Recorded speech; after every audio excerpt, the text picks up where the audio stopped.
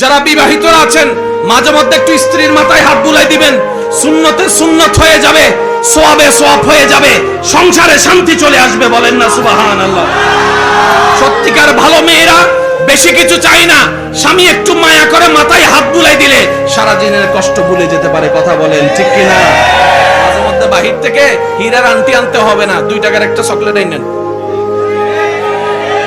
আইনে শুধু এতটুকু বললেন, আমার হালাল টাকা দিয়ে 2 টাকার চকলেট পাইছি রে বউ, চুরির টাকা না, হালাল পরিশ্রমের টাকা দিয়ে একটা চকলেট পাইছি।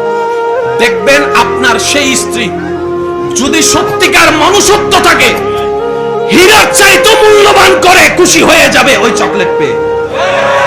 এবার সংসারের মধ্যে আরেক ঝামেলা, বউয়ের সাথে শাশুড়ির মিলে না, শাশুড়ির সাথে বউয়ের মিলে না, শাশুড়ির ছেলে বউয়ের স্বামী মানুষ একজন, শাশুড়ির পক্ষে গেলে বউ নারাজ হয়, বউয়ের পক্ষে গেলে শাশুড়ি নারাজ হয়, মানে মা নারাজ হয়ে যায়।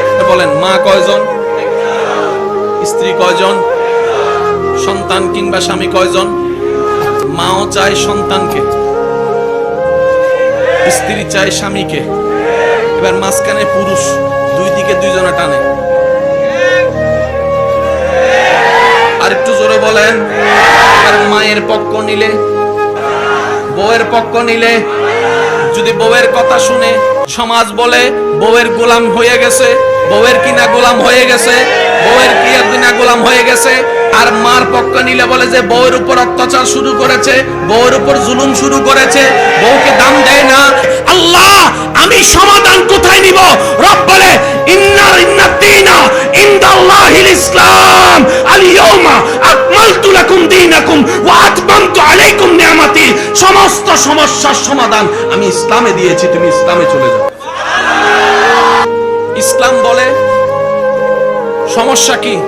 বলে যে আমি মাকে খুশি করতে গেলে বউ নারাজ, বউকে খুশি করতে গেলে মা নারাজ, কিন্তু আমি একজন মানুষ কোন দিকে যাব? ইসলাম বলে কে কে? বলে যে আমার মা আর আমার স্ত্রী। তুমি তোমার মা আর কি?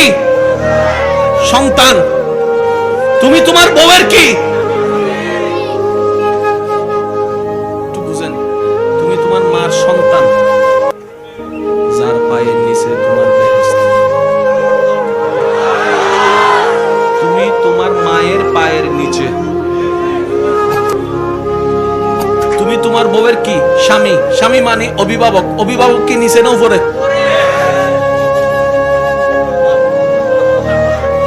একটু বুঝে উত্তর দেন না।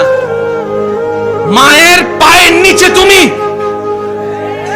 আর বউ তোমাকে মাথার উপর রেখেছে, কারণ তুমি বউয়ের অভিভাবক। তো উপরওয়ালা তো নিচের ওয়ালার মতো হয় না, নিচের ওয়ালা তো উপরওয়ালার মতো হয় না। এবার সে বলে আমি করব কি? বলে যে শোনো, তুমি মাকে মাথায় রাখো, বউকে বুকে রাখো। সুবহানাল্লাহ বলেন না। মাকে রাখবা, একটু আওয়াজটা বড় লাগবে। তুমি মাকে রাখবা, বউকে রাখবা। এবার যে কোনো সত্যিকার ভালো মেয়েকে জিজ্ঞেস করেন, বউদেরকে, তুমি তোমার স্বামীর কোথায় থাকতে চাও, মাথায় না বুকে? প্রত্যেকটা ভালো বউ উত্তর দিবে আমি আমার স্বামীর বুকে থাকতে চাই, আমি আমার স্বামীর বুকে থাকতে